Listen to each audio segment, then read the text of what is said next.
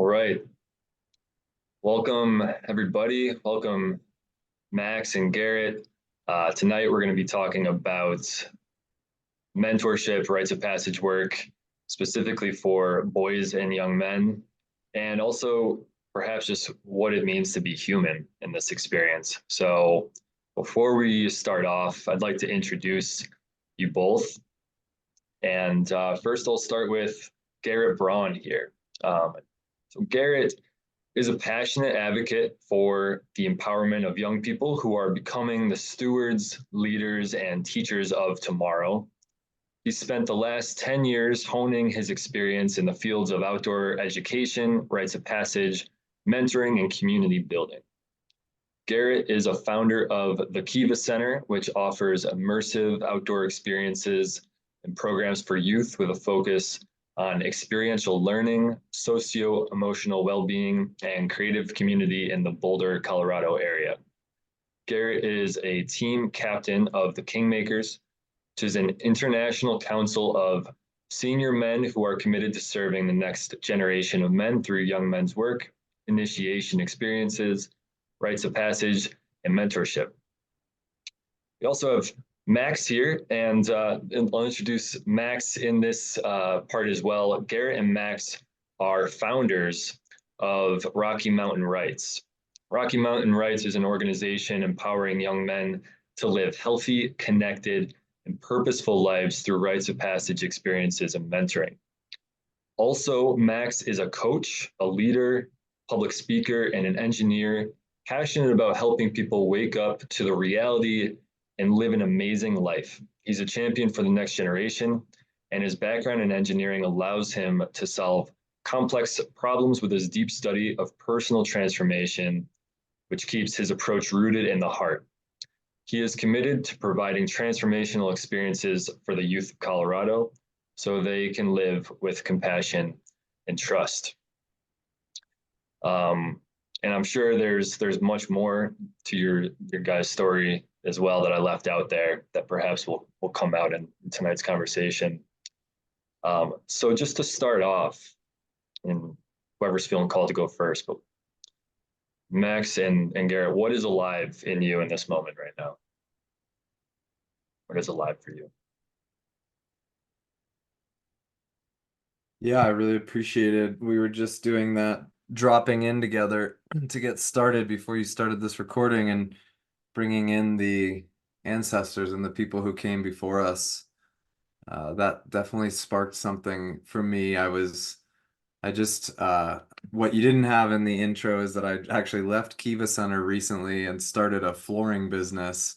And we hired actually one of our old students from the Kiva Center. And we've been training him. And on the car ride home just today, when I was dropping him off, a lot came up. His father passed away about 10 years ago, and so much came up in our conversation for him about that relationship with those people who come before us and how little he got of that relationship. He was 9 when his father died, and sort of comparing my story of my father and my grandfather, so I knew both of them. I'm feeling really grateful that I had a really powerful relationship with my father, and I have a relationship that is open and honest, and we've had the chance to do that healing. And hearing his story, how much pain he's holding right now, having lost his father, yeah, I'm feeling the gratitude for my life to have the opportunity to get to know the people before me. Yeah, beautiful. Thank you. How about you, Max? What is alive for you right now? I've been reflecting on change a lot lately. Yeah, so that's been really alive for me is I've been on a path for the last 4 years, and especially in the last 2 years of just doing the deep work on myself, because that's where it starts. And it's rewarding. It's been really rewarding for me to look back at where was I 2 years ago? Where was I 4 or 5 years ago? And see the change. see the progress. That's been giving me a lot of motivation and excitement to continue on the path and continue to do good things. Mm. And yeah, so that's been very alive for me lately. It's like that reflecting on progress. Mm, nice. Yeah, I hear just gratitude in both of your shares just coming through big time, um, and the amount of growth and support that can happen as we move forward in time. Yeah, for myself right now, um, it's alive for me. Um, I'm feeling a lot of gratitude too for where I am at right now. I'm just gone through coming out the other side of uh, a back injury a few months ago. Max, I know we were chatting about it a little before, and starting to build a business myself and really stepping into a part of responsibility that I is new to me. And so I'm present with that lately. I've been really excited with it, and also just impressed with the amount of change that where I'm at right now too. I think a year ago I probably wouldn't be on this screen having this conversation with you guys, because this is certainly an edge for me too, to develop my speaking and have these conversations. So I'm feeling gratitude for that as well. Hmm. Yeah. Nice. But Garrett, something you said in your share initially was just made me think of mentors. You mentioned fathers and uncles and all these things. And one of the questions I was thinking about asking tonight to start was to hear about a mentor of yours. So Hmm. perhaps doesn't have to be the first mentor ever, but could be. Could you share a story about an impactful mentor, a mentor that's had some impact on your life somewhere along the journey, and why? Yeah, I'd be happy to. I mean, I've been blessed with a lot of them. Not until a lot older in my, a lot further down the road. I didn't have a ton as a kid. I had baseball coaches and, all the different sports coaches, and my father was always in my life. But my relationship with the masculine and more specifically like men was really strained for a really long time. I felt very inadequate. I felt always weak and small, and um, so like just whatever's going on in my mind can't be worth anything compared to what's going on in all these, all those like real insecurity filled thoughts. And so when you ask that question, the first person that popped into my mind, his name is Jim Murad, and he was at the university I went to. It was very small, and the freshmen arrive for a whole month before anyone else. And we have this 1 month long course called Core. And we look at all the old, uh, you know, um, historical texts from the Greeks and the Romans and, the Stoics. And we start with all that. But he became a mentor for me in a big way over my 4 years there, because he was one of the first people that just without any shame and without any hesitation, he was so supportive of me discovering more about myself than I thought was possible. So like he would push me so hard. I'd turn in a paper and he'd hand it back and he'd just be like, "Okay, great. Now where are you in this paper?" Right? And he pushed me so hard to just completely break down all the boxes that I had imposed and have been imposed over my life, and he was relentless.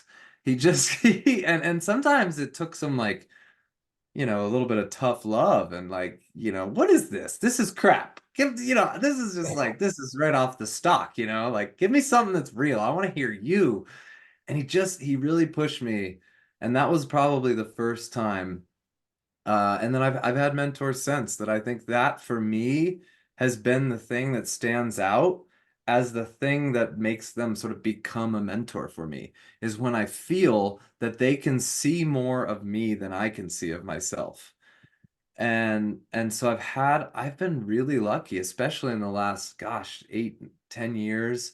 I keep just finding people like that, men specifically, who see my glory better than I can see it, and so they reflect it and they push me towards it. Mm, Yeah, that's incredible. Incredible story. Thank you. yeah. Max, you're welcome to piggyback off that, answer that too if you want, or if something's come up for you as well. Um, The name that comes up most strongly for me is Steve Miranda, who was a journalism teacher, I think in the 10th grade.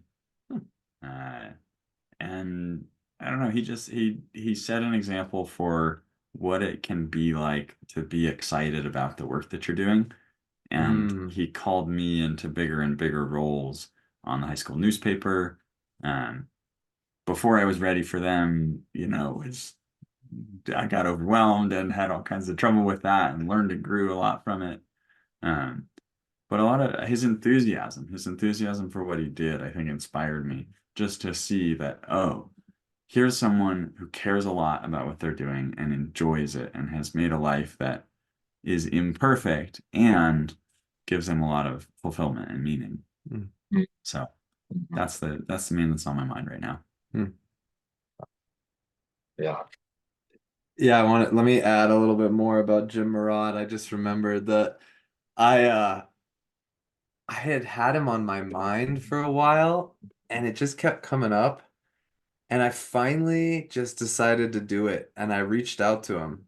This was probably about 9 months ago. Yeah, it was last summer. I remember it was hot out, and I was sitting outside. It was last summer, and I emailed him first, and he responded quickly with his phone number, and I called him up, and we ended up talking for hours. And I got to give him that gift of sharing with him how big of an impact he had had. And he said to me, he said, It's not your words that mean anything to me, but it's the fact that you're doing so well and that I got to play a small part in that really touched him." Mm. Yeah. Mm, Yeah, it was really special. Shout out, Jim Rod. What's up, buddy? I hope you get to see this someday. yes. Yeah. Yeah, we could send them. Shout out to Jim. And then Max, what was your mentor's name? Steve Miranda. Eden And Moran. actually, there's a story I want to tell associated with mentorship. So this was middle of 2020. I just quit my job to start a business. It's the start of the pandemic. Everybody's freaking out. And I went for it. I just sort of felt called to go for a hike in this state park. I was living in Seattle at the time, this state park kind of at the north end of Lake Washington that I hadn't been to in years and years. And I ran into a professor from college, one of my favorite professors from college. And he told me he'd just gotten let go from the university because they wouldn't let him teach the way he wanted to teach. Mm, And then I got an email that one of my first and dearest and still good friends, engineering mentors, he'd crashed his motorcycle. And then I got an email from Steve Miranda saying that he was shutting down a nonprofit that he'd started to try to help more underserved youth get into college or like do a college alternative. mm, Like all in the course of 1 week, these three men who in kind of the three phases of my development up until then had played really big roles for me, they all were experiencing some dissolution, some failure, some challenge. Um, and mm, I laughed when I was in the park because I think I'd gotten the other two emails before.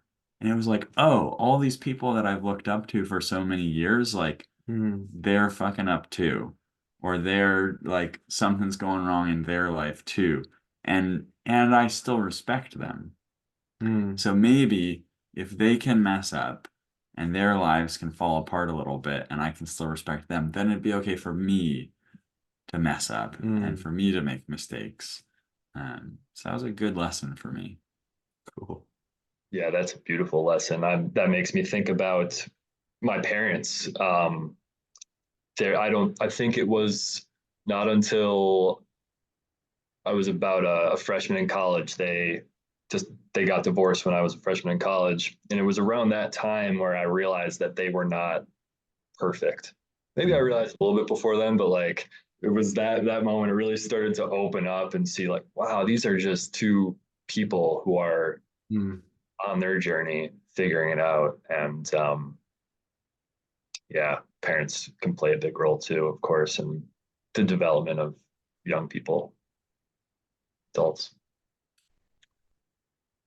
Um, yeah, well, That's an interesting thing though, isn't it? When the first time you realize your parents are like human. It's like I vaguely I have a vague sense of when that was for me. yeah, when was it around a similar point for you, or do you have a moment you I noticed? mean, I'm more recalling um my mom, she struggled a lot to just like she started her own business and then she ended that and she went from job to job and she was really struggling with all of that.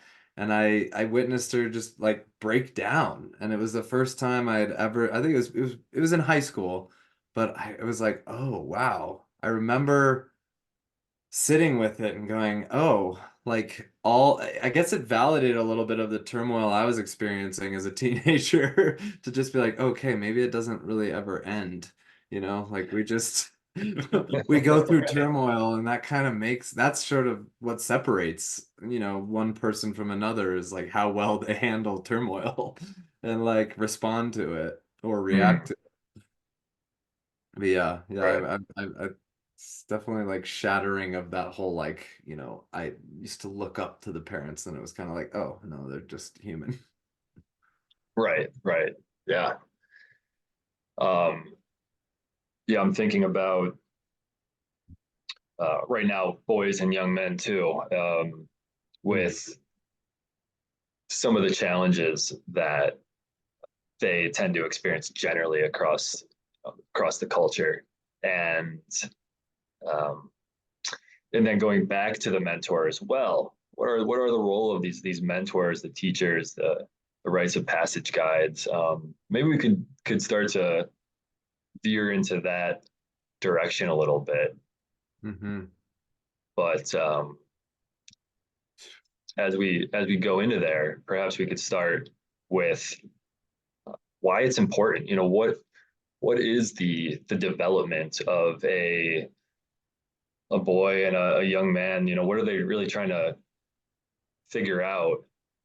And mm, one other thing I'll insert in there too was as I heard you both speaking about the mentors too, there was this touch of that you could both feel their presence. mm, There was this authenticity that was felt. And I feel that that's something that seems to be missing from a lot of the spaces that just people have access to these days. There's this disconnect there. So yeah, mm. however, whatever's coming up there.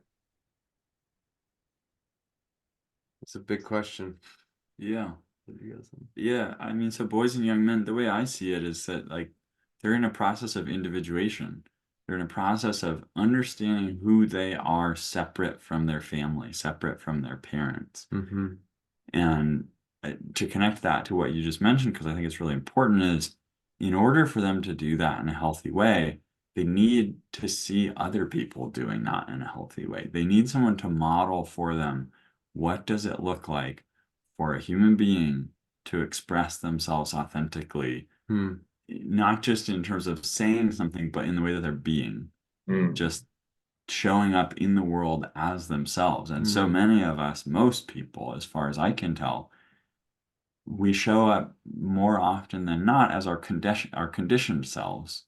We show up as the beliefs, the conditionings, the masks that we put on, and the ways that we pretend to be something that we're not because someone has told us that we should do that, mm, or someone has sort of given us some reinforcement so that we do that.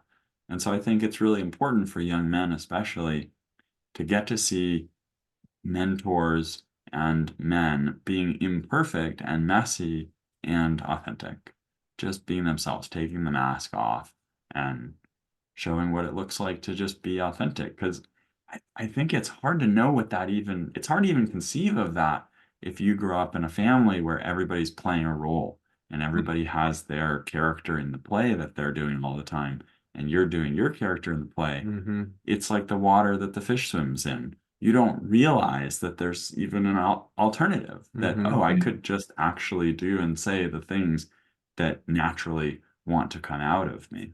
Mm. Hmm. Yeah. Yeah, I guess there's so many directions I want to go here, but I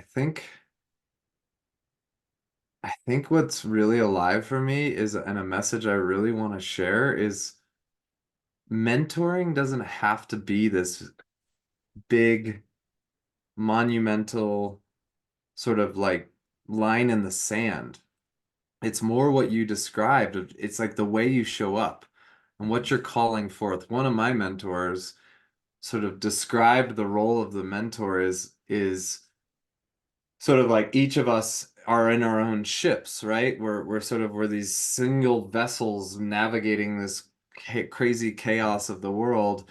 And the mentor isn't about setting the course. It's about seeing the course that is set by the soul, the heart of the individual, and being there to help the child in this case, or young man, or anyone that's being mentored, the mentee, to help them see when they're starting to veer off course of their own course. So like the mentor in a sense has to like separate their own desires for the person from that person's heart desire, right? Like where does that soul want to go? The mentor has to like, and this is hard. That's probably one of the hardest parts for me in the sort of structured mentor role of Rocky Mountain Rites, is like I have this perception of what I think is like the best way to be, and I just want to like impart it to them. But really, there's nothing worse you can do in a mentoring situation than tell someone how to be, and it's like the mentor gets to the front row seat to watch someone they're mentoring unfold, right in front of their eyes. And so I guess like, you all this question was multifaceted, and in terms of today and where we are, and you mentioned presence, it takes a lot of presence. It takes a lot of disassociating judgment. It takes a lot of taking our own view of what we think should happen away and being just there. And there's not a lot of unstructured spaces as far as I've seen, at least here, that give young men specifically, but all people, that space to discover, to mess up, to fall on their face, to be held when they fall, to get picked back up, and told them like, hey, your failure is welcome here, right? Your anger is welcome here. Your joy is welcome here. Like all of it's welcome here. Um, so where are we today, and sort of what is mentoring is a big question, but to me, mentoring is like a fabric of society. It's something that should be holding us together. But again, like to finish the point I didn't finish, it's like it's not something that has to be done in a big rites of passage weekend like we put on. It can happen on a bus. It can happen with you seeing someone over there who's maybe, all curled up and in their own world, and engaging them with your presence, right? It doesn't have to be this long, traditional sense of mentoring relationship. It can be these moments, and anyone can be a mentor in every moment. And in all honesty, like boys right now, as far like they're not seen. They're kind of invisible right now, and if they are seen, they're kind of the problem. And so when I see a young man on the street and I'm walking down the street, like even just making eye contact and like nodding and seeing that they're there might be the first time they've had that happen in a long time. Mhm. To just be seen for existing, um, and given some level of respect. So, I could go on and on about where mentoring has come from and rites of passage come from, but I'm guessing you got a lot of that from Brad Leslie in one of your So, other interviews. But to me, in the modern day, like it's about being with somebody without any real like intention, any end point, you know? So, you know, I like what you said, Max, in terms of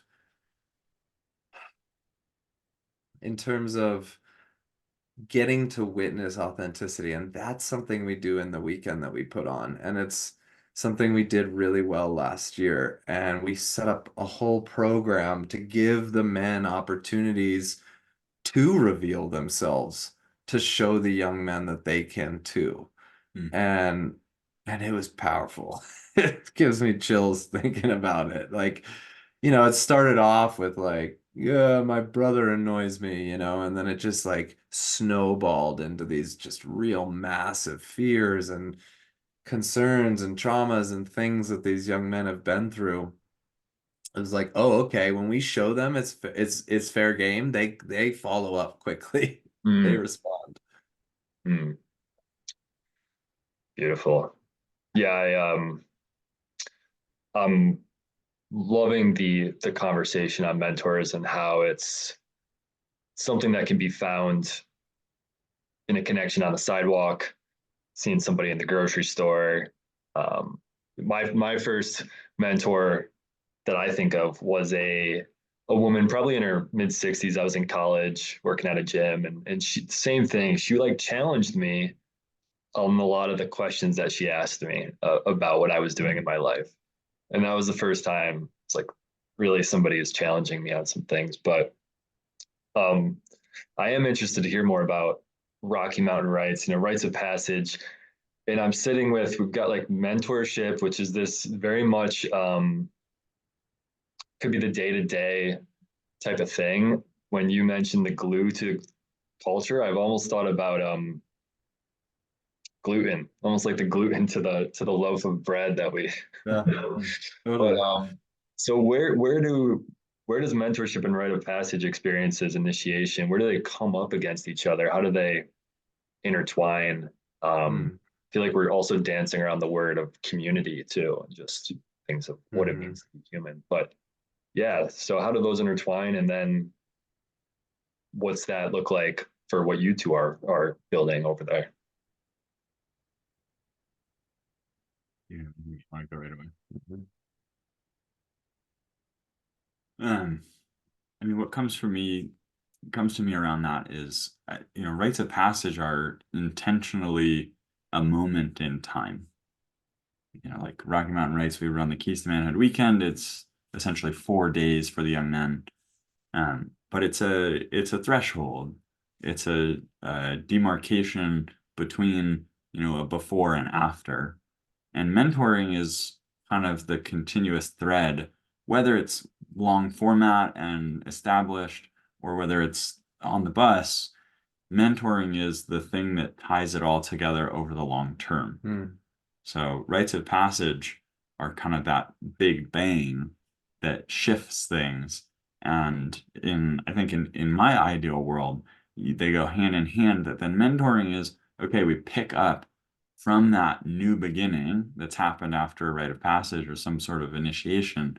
The mentoring picks up from there mm, and keeps integrating that and keeps helping those shifts to stick long term. Um, and if you can do that well, that they go hand in hand, they really complement each other well. mm. Mhm. Yeah, I'm gonna jump even to a slightly larger picture. You know, I don't know how real it was. I wasn't there, but I have this romantic idea of the history of civilization and a time where rites of passage were something that were recognized as something that was essential for the life of a community. If you don't do a rite of passage for young men and young women into manhood and menhood, manhood and womanhood, or you don't do it from adulthood to elderhood. You know, when you don't mark these transitions, you have like this ambiguity. So like, where do I fit? But the transition, you know, in these communities that used to run these and used to recognize that this was essential for our lives to continue, they were both happening at the same time, because they would have these big events, but then they'd come back to a community where everyone else in the community had been through that same more or less event and Mm, understood the transition that had taken place and now treated them differently. Mm. So this is probably one of the hardest aspects of doing this kind of work in the modern day, is we can go up and take these young men, 20, 30, 50 young men out in the woods, to have this extraordinary experience where they see themselves and they get seen by others as, something unique, like we've been talking about here, but then they go back to their life, and their parents probably and all their friends and their teachers are still talking to them the same way, treating them the same way, ordering them around, and it's, that's a big question mark, is like, how do we take that threshold moment and allow it to be something that actually trans shifts their experience in their lives after they come back? And so that's where the mentors come in, and that's where having people that have gone through this with you, because in those villages, the men and the women would they would often last a year, by the way, not 4 days. But these men and women that would run these rites of passages for the young men and young women would literally give up the entirety of their lives for a year to go through this transition with the young people of their village. And a lot of this is coming from Martin Prechtel's work down in Laguatitlan in Guatemala. So reading a lot of his books and his accounts of these rites of passage and these ceremonies and rituals, and the way that young men and women were brought into manhood and womanhood. Um, they they persist and they happen together, right? The men and the women are doing this with the young men and young women, and they get to continue to shepherd them through. Sometimes these young men that we work with, like, I don't know if we'll get to some of them, we see them again, and some of them come back, and some of them stay engaged, but some of them I may never see again. And so, is it an authentic, true rite of passage in that old classic sense? Maybe not, but it is certainly one in what we can offer here in the modern sense. mm. Yeah, that's a great point to bring in that big picture. And I often think about community, and maybe uh, there's this word, I think it's a Welsh word, and I'll probably butcher the pronunciation, but I think it's pronounced Haraeth, something like that.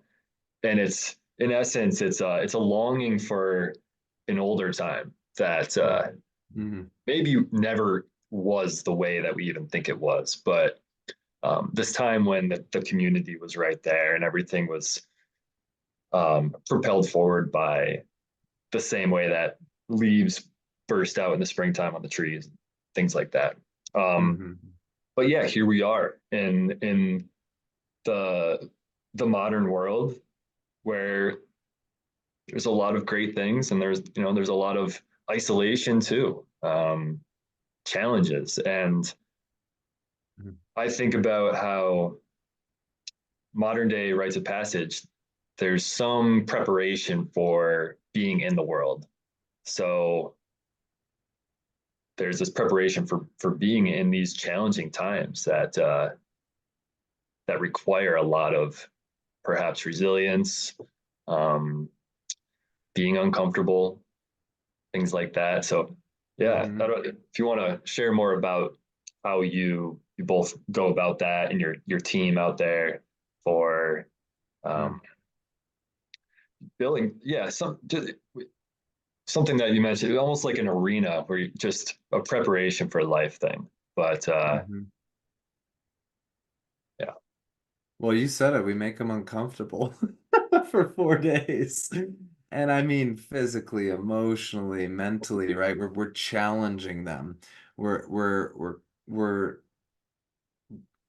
yes, contriving, but also we're building the challenges in such a way that it feels realistic and natural within the setting that we're in, and to take them on this journey. And um I think you named it, you have to be resilient. Like, the only thing that we all share in common is we have no idea what's next. Like we have no idea what's next. What's gonna come I out of like your the mouth, what's gonna yeah. happen when I leave here. Like we just don't know what's next. And so being able to manage the unknown, so putting through challenge and I want to bring in a classic sense too of these young men are going into their their warrior and knight phase of their life where they need, like in their soul, they need challenge. They need out of the mundane. They need adventure. They need to prove to themselves that they are strong enough to handle this life. And so, in a sense, we build a 4 days for them to experience probably more of themselves than they had ever in their life. And they walk away going, okay, like I'm seeing now like how I treat my mother matters, how I treat my brothers and sisters and literal brother and sister, and how I show up in class. Like, oh, I don't have to be that. I can be like, I get to choose how I am. Mm. And Hmm. that takes resilience. That takes an immense amount of courage and ability to sit in the discomfort because people are gonna judge you if you do things differently than how you're supposed to, right? And you're gonna come up against that. And I'd like to raise a generation who's like ready to go against the grain and has the willingness to be uncomfortable to come up with creative solutions to the challenges that we're facing, to work together because they value that connection that you get from solving problems together. um yeah, those kinds of things. Rambling, so I'm gonna pass it to you. I don't have much to add on this one. Yeah. Yeah. Yeah, there's some great stuff there. Yeah. And I'm also thinking about, I mean, if anybody's in the Colorado area, I'll definitely include all the resources, the links and stuff to find you guys. And I think it's an incredible thing to do. Something I didn't have the opportunity to do when I was coming of age, and it makes me think of the that old proverb. I think it's from somewhere in the continent of Africa. Of uh, if you don't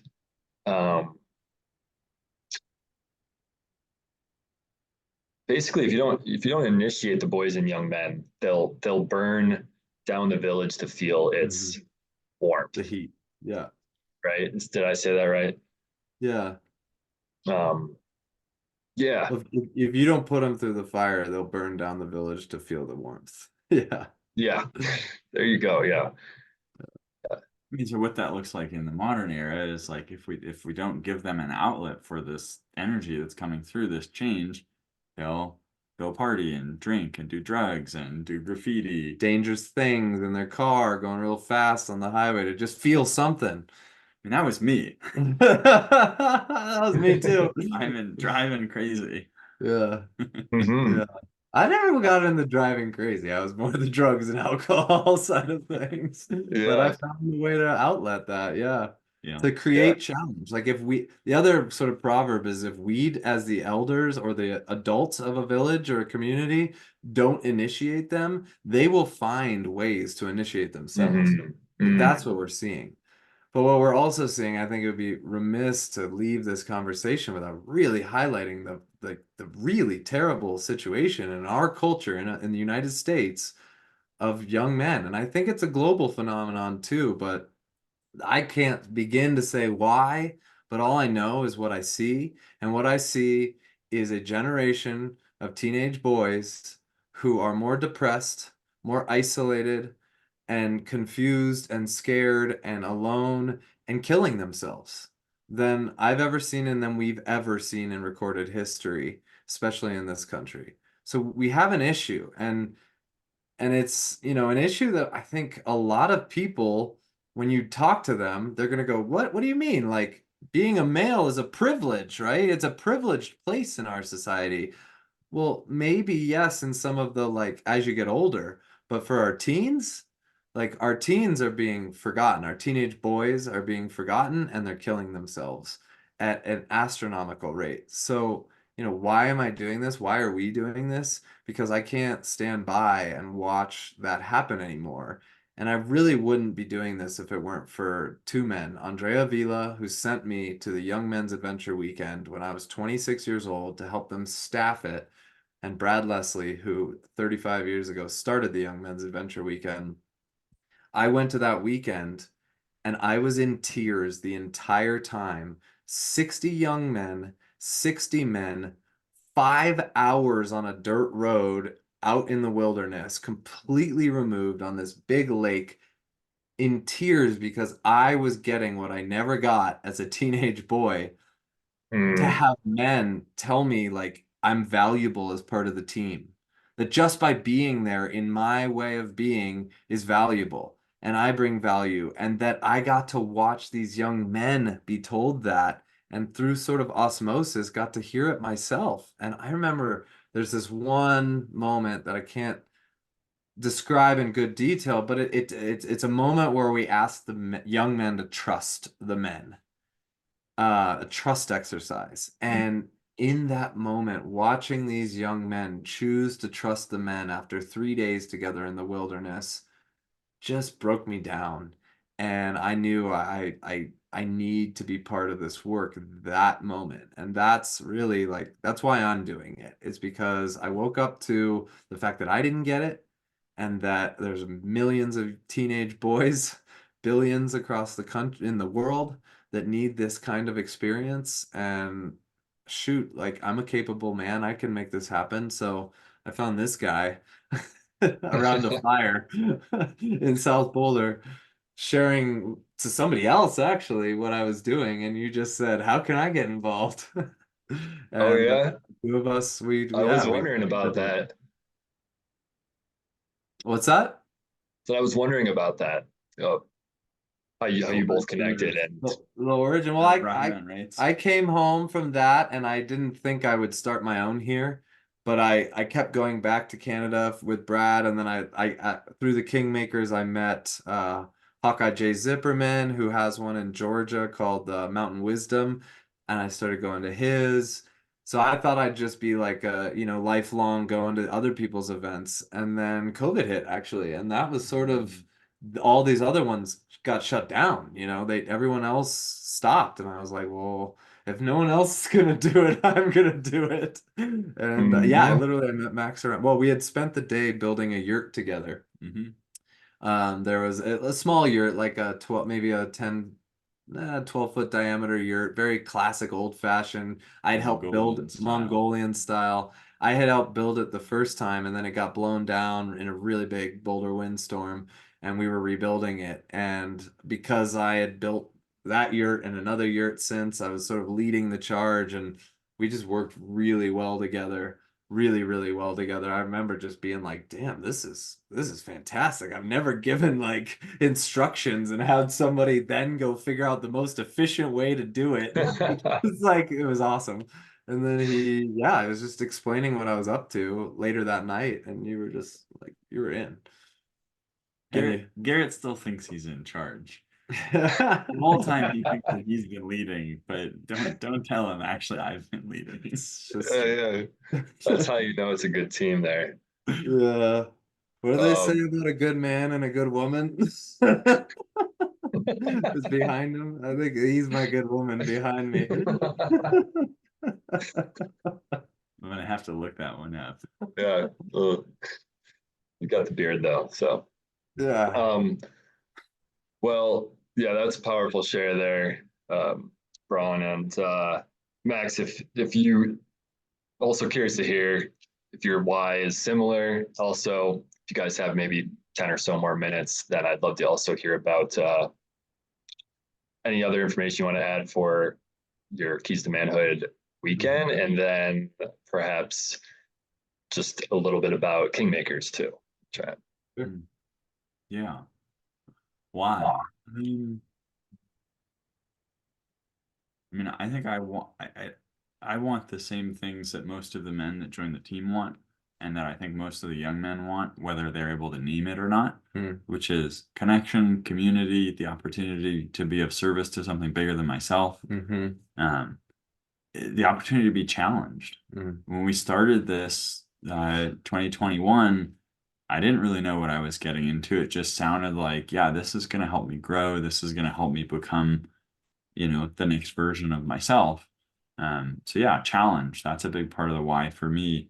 And then the why behind that is like not just challenge for the sake of challenge, but challenge for the sake of becoming stronger so that I can be more useful to other people. Mm. As far as I can tell, like that's one of the core elements of the human experience. That's what we're here to do, is become useful. Mm. Become useful to other people. If everybody does that, then the world will just get more and more beautiful all the time. Mm. So yeah, I think that's why I do this, because the young men need that, and the men need that. All of us need that. Mhm. People to be challenging themselves in meaningful ways to do something that makes a difference and is useful and beneficial to others. And we just keep doing that, and we're good to go. Yeah. Amen. Yeah, what most of the men who join the team don't realize is they're actually going to get way more out of the experience than the young men. They have so much more to work with to process everything that's happening. But for a lot of these men, it might be the first time they've really shared, taken the mask off and shared like a really scary moment in their life, or something they're really struggling with right now, or addictions that they struggle with. Like, it could be the first time that they've ever gotten to do that. And so it's for both. It's really, I do it selfishly too, because I come home from the weekend, even though it's an immense amount of energy poured into these teenage boys, like there's so much that goes into it. I'm going nonstop for 5 days, and I come home more alive and more recharged and feeling like I could take on the world more than ever. And it goes to show that, like, and I think this is a pretty distinctly masculine trait, is this need to be in service. Like, we don't have a way to be generative biologically the way women do. Women get to create in their bodies, which is the most fantastic, absolutely crazy thing. Like, if you've ever been close to a friend or a partner that's been pregnant, and watching just everything that goes through the changes in their body, it's phenomenal. There's like an ingrained purpose for their existence. Like, we don't, as men and the masculine, we don't have that biologically. We have to find other ways to be in purpose and be of service. And when I do, it's tremendously invigorating. It's tremendously energizing, and it just fuels me for the next several months. So that's also why. There's definitely a selfish reason for me, absolutely. Yeah, any more on that before we say more about RMR or Kingmakers? I mean, I'll just echo that, like, it's very enlivening. Hmm. And Alison Armstrong is one of my favorite teachers, and she says the way that especially men evaluate whether to do something or not is, does it give me back more energy than I put into it? Hmm. And the example she used that I love is, if you're a hunter and you spend 5,000 calories chasing down a little bunny rabbit, and you eat that bunny rabbit for 500 calories, you're 4,500 calories in the hole. Like, if you do that every day for long enough, you're gonna die. So Yeah. deeply wired into our biology, our physiology, and especially as men, as far as I can tell, is this: does this thing give me back more energy than I put into it? Because if it does, I can keep doing it. And if it doesn't, I got to stop doing it somehow. And this work, I put more energy into this work than like almost anything else in my life, and I pay to do it. I don't get paid. Yeah. And it gives me back more energy than I put in. Yeah. Nice. I love Yeah, that. that's Thanks. powerful. It brings me back to the mentors that we talked about in the beginning, like what Jim had responded to, and perhaps it's just that there is an exchange there, and Mhm. it's beautiful to be able to be a part of that. Yeah. Yeah. Yeah, so our event this year will be June 20th to the 23rd. It's the week after Father's Day, Thursday through a Sunday, and we're actively enrolling men and young men. So we are completely volunteer, even more than volunteer. We all donate to the cause financially, with our time and our energy. And so every man on the team, we're looking for men who want to serve the next generation of young men. We're always looking, we have an incredible like core team. I'd say we probably last year we had 25 men on the team. I bet 20 of them will come back, if not more. Um, and but we're always looking to grow the team because each man brings something unique. And then registration is open for young men, anyone 12 to 17. Now, age is an imperfect measurement, so I like to say like if your son is starting to show signs of rebellion or starting to fall in love or starting to really like push back. There's just a time when teenagers start to push back, and that's your indication that they're ready for a rite of passage like this. That may be 11 for some young men. That may be 16 for some other young men. So Mm, it's definitely important that you think about whether your son is starting to show these signs. And if they are, like, there's nothing to lose. We'll keep your son safe. Your son will return home better than you left him. I can almost promise you that. I won't because you never know what they never know with Some this young kind of men spirit work. You just can't. reject it. Yeah, exactly. Some young men reject it. Some aren't ready or mm, just don't have enough foundation to bring this kind of work in. yeah. But yeah, you can go to Rocky Mountain Rites, rites.com, find out more information, get in touch. We are on Instagram very minimally, but there is a page there. We actually just had a letter to the editor published in our local newspaper, and a mother called me today from seeing it, which was very cool to ask about both her son and her husband and her father to all join us. So it could be a 3-for-1 kind of deal. Wow. Wow. She said he's not quite ready this year, which I really, really respect and in a Mm, parent to be able to recognize, you know what, my child's still really a child. They're not quite ready for this work. And he's yeah. 12, so that makes sense. But yeah, so you can find us there on the in the internet. You can obviously you're gonna put all those links probably in the comments and stuff, but I think our enrollment deadline for men is mid-April, and our enrollment deadline, like the registration deadline for the young men who are participating is like 2 weeks before the event.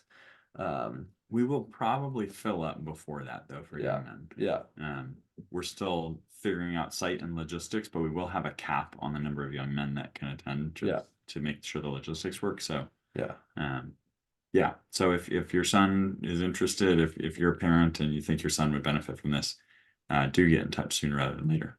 Yeah.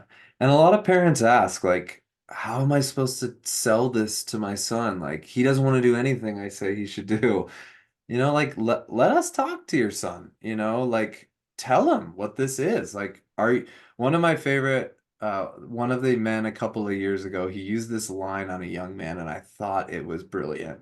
He just looked at him, he said, "Are you 100% satisfied with the way your life is right now?"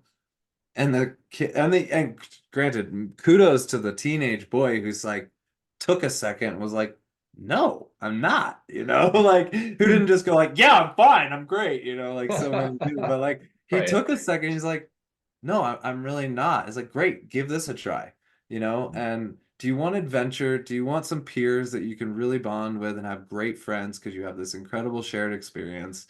Do you want to be in the woods for 4 days? It's like it's not a hard sell, but it's so different than what most teenage boys are doing over the summer, that it can be like a little strange. And we really want an opportunity to, speak with your son if you aren't sure how to speak with him about it. Awesome. Yeah. Yeah. And then That's great. Kingmakers you mentioned. So Kingmakers is, like you said, a resource center. It's a bi-weekly call every 2 weeks on Wednesdays. It's been happening for 15 years, and it is entirely composed of men who are leading these types of events across the country and even globally. We've had some people attend. We have regular attendance from Canada, all over the United States.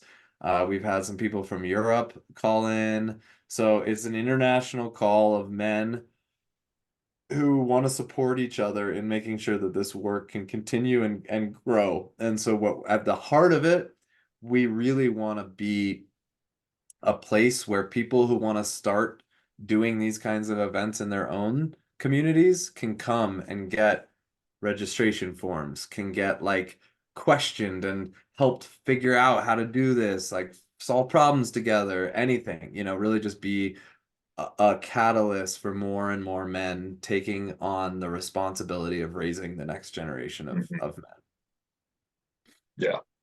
Yeah. Yeah, absolutely. I like talking about kingmakers in these interviews I've been doing here because, I've been a part of those calls for the last year or so, and it's helped me tremendously as somebody who is a mentor, has worked with youth, wants to do more rites of passage work, and it's been the most incredible resource that I've come across. And so, yeah, I recommend it to any man out there who's either doing this work already, wants to continue to network and learn, or is trying to get started in their own community and wants to come for the support.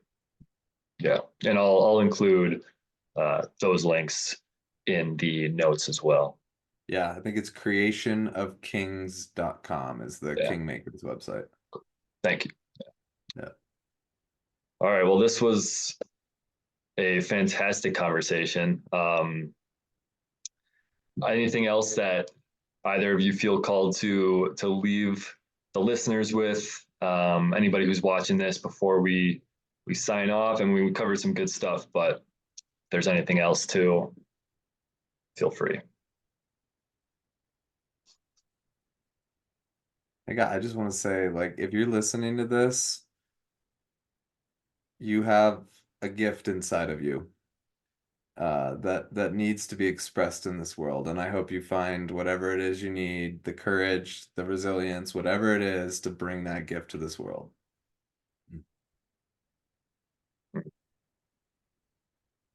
Thank you.